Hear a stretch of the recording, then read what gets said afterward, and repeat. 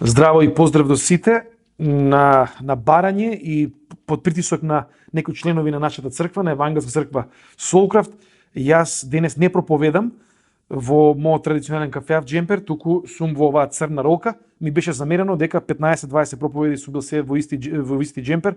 Претпоставам дека црквата е фатило незгодно од нивниот пастор, од нивниот проповедник и затоа добив анонимни пораки ако е можно да се смени кафеавиот джемпер и еве денеска сум со ролката. Сакам денеска да прозбориме за принципот на одмор, принцип кој што е клучен во целото свето писмо. Принцип кој што Бог го вградува уште од самиот почеток на Библијата, уште од првата глава, односно од првата книга на Библијата, втората глава, и имаме ние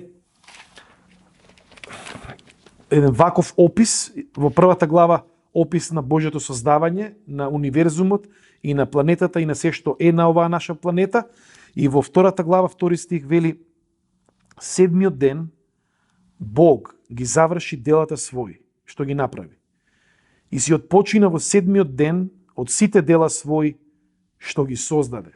Бог кој што работи во тие 6 дена на создавањето и на седмиот ден се одмара од својата работа. Не затоа што него му е потребен одмор, туку заради тоа што сака да вгради еден принцип за нас како човештво, 6 дена да работиме и седмиот ден да одмараме. Кога условно кажано Бог одмара на тој седми ден и ние да се придружиме, затоа што овој принцип сметам дека најдобро може да се разбере преку онаа клучна заповед која што вели: љуби го Бог со целото твое битие и ближниот како самиот себе си. Денеска сакам за тоа да позборуваме. За овие три аспекти. Три аспекти на одморот. Љубовта кон Бога, кон ближниот и кон самиот себе си. И всушност ова како принцип е вграден во 10 Божји заповеди, во книгата Излез 20 глава, од 8 стих па понатаму: помни го саботниот ден, за да го празнуваш, 6 дена работи и врши ги во нив сите своји работи. А седмиот ден е сабота Господова, ден на твојот Бог. Тогаш немој да вршиш никаква работа. Ни ти, ни синот твој, ни керката твоја, ни слугата твој, ни слугинката твоја, ни добитокот твој, ни придојдениот кој се наоѓа кај тебе. Значи, овој принцип на 6 дена работа и седмиот ден на одмор е всушност вграден директно во овие 10 Божји заповеди и како таков е суштински за нас. Особено е суштински за нас денес, во време во кое што нашите амбиции, нашите планови и нашата желба да бидеме вклучени во многу повеќе работи од тоа што реално ние можеме да го обавиме, прави да ваквиот принцип не биде почитуван дури и кај оние кои што се дел од христијанската традиција и кои што сметаат дека ова нешто е мандат Божи за нашите животи. Животот од денеска, да не звучам како клише, ама стварно се сведува на еден куп трчаници и на една работа да се заврши и друга работа и да завршиме наша работа и за децата и во нашите предпријатија или во организации или без разлика, и можеме многу лесно да влеземе во една мелница која што е кај нас е и tekako присутна, а тоа е да немаме воопшто одмор. И сите ние знаеме дека немањето одмор во нашиот живот има катастрофални последици. Проблемот е што ние сме заморни, тој замор станува хроничен и кога ќе стане хроничен, ние веќе не сме свесни за тој замор. Нашето емотивно јадро е преобременето и ние всушност немаме можност да оживееме животот во една полнота.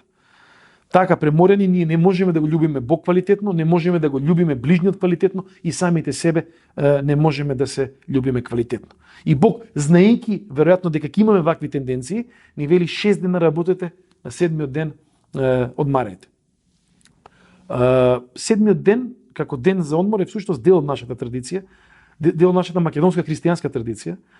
Сите оние наши баби или повозрасни луѓе, дедовци во нашите семејства има таков принцип во недела да не се работи.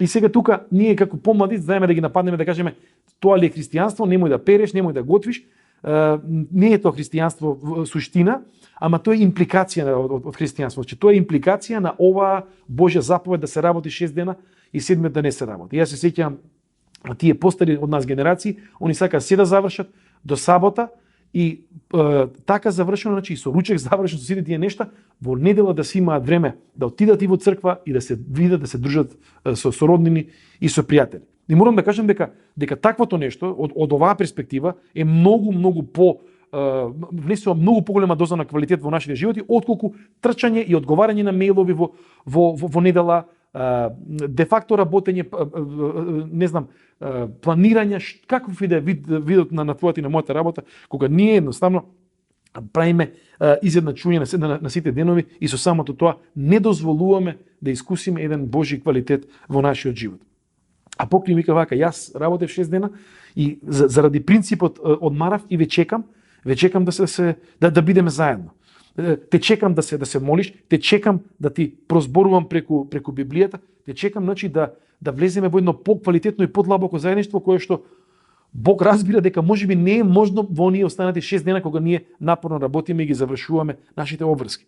Исто така, еден ден во неделата не е премногу да се свртиме кон нашите роднини, кон нашите пријатели и да имаме, како да кажам, еден бавен момент со нив, момент на кејф и на мерак, да се прашаме како сме, да бидеме во едно такво подлабоко заедништво, наместо тоа да биде само некои кратки телефонски јавувања или пораки или кратки кафења. И јас искрено, сеќавајќи се на моите баба и дедовци, на тие постари генерации, значи, они знаеа на еден ваков начин да го уживаат животот. Особено во недела, обавезно или некој ќе отидеше на гости, или некој ќе доеше кај некој друг на гости. И тоа беше без некакви на саат, се неки се дружиме 45 минути или 58,2 минути, туку опуштено и ручек, и тој ручек траеше или вечера, начесто тоа беа ручеци, ручек што трае и таман си викаш нема и повторно нешто ново и ај уште малце и имаме и благо и седете зашто ќе си одите, да си се посветиме едни на други. Овој принцип, значи овој аспект, односно се извинувам, овој принцип на одмор е значаен затоа што има и ослободувачки карактер. Значи тоа е второто нешто што сакам да го кажам, има ослободувачки карактер. Кога ние 6 дена работиме и еден ден одмараме, нашата тенденција е тој ден да биде ден на една анксиозност. Си викаме, сега наместо ја да работам, наместо да го пишувам мејлот, наместо да го работам проектот, сега јас тука си седам и децата сите се, ама ја не можам, јас сум на трње или што иде. За вас кои што верувате во Бога, ова е покана да се опуштиме во Божјото присуство и да ги напуштиме нашите илузии, кои што често пати ги имаме за себе си, илузии на семоќност. Дека ако јас не го сработам ова, ако ја не се јавам, нема кој друг, ако јас не знам, не го завршам, отиде фирмата или отиде не знам, организацијата или ова нема да се заврши или што и да е, значи.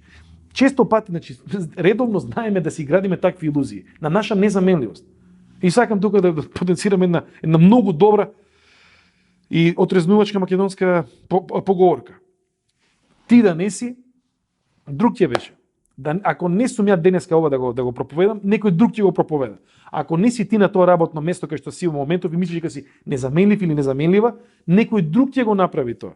И да немаме такви илузии, Бог ни вика, слушај, да не ги поттикнувате илузиите за семоќност и за контрола, за комплетна контрола, дека вие имате контрола и дека вие се мора да држите во своите раце.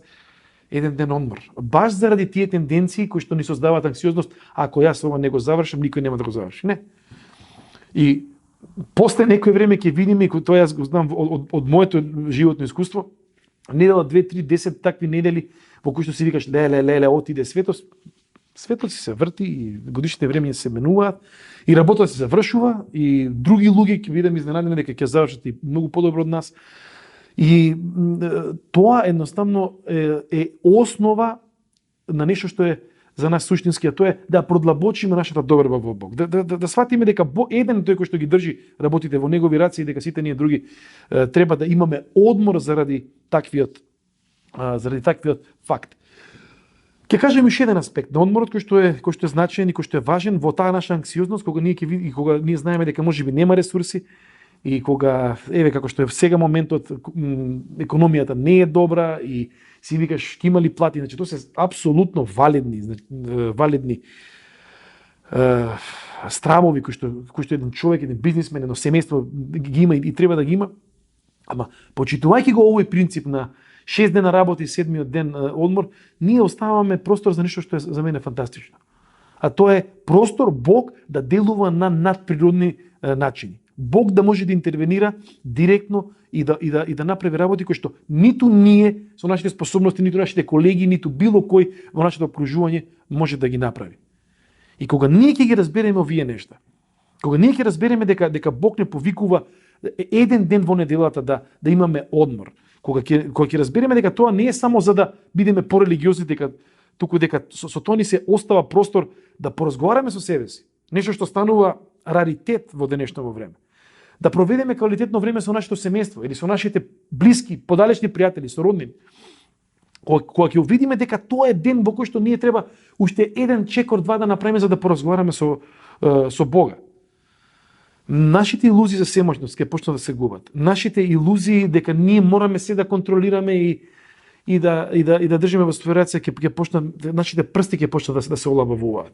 И ние ќе доживееме целовитост. Затоа што на еврејски зборот за одмор е шалом и е поврзан директно со зборот за здравје и целовитост, а тоа е шалем.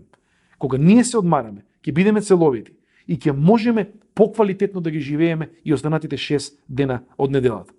Ова е Божиот повик за нас денес и верувам дека ќе направиме исклучително мудра и квалитетна одлука ако ваквото нешто и јас и вие го спроведеме во нашите животи. Шалом.